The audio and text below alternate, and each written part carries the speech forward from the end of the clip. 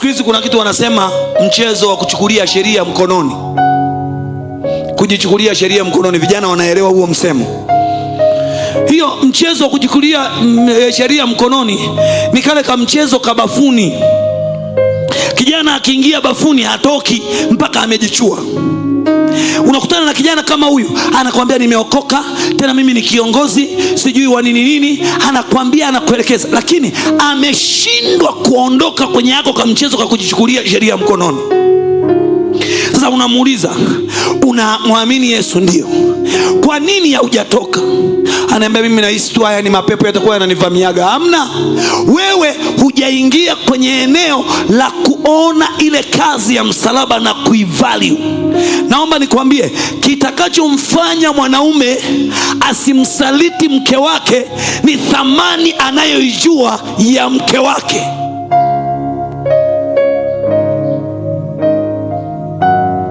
Acha izame kidogo. Kitakachomfanya mwanamke asimsaliti mme wake ni kwa sababu ya thamani ya mme wake anayoijua. I'll show you. Kitabu cha Mwanzo sura ya 39 mstari wa 9, tunakutana na mwanaume mmoja anaitwa Yusufu, ambaye hamjui mwanamke, handsome, jamaa mzuri anaonekana, alafu mke wa mkuu wa majeshi anampenda. Mstari wa 9 anasemaje?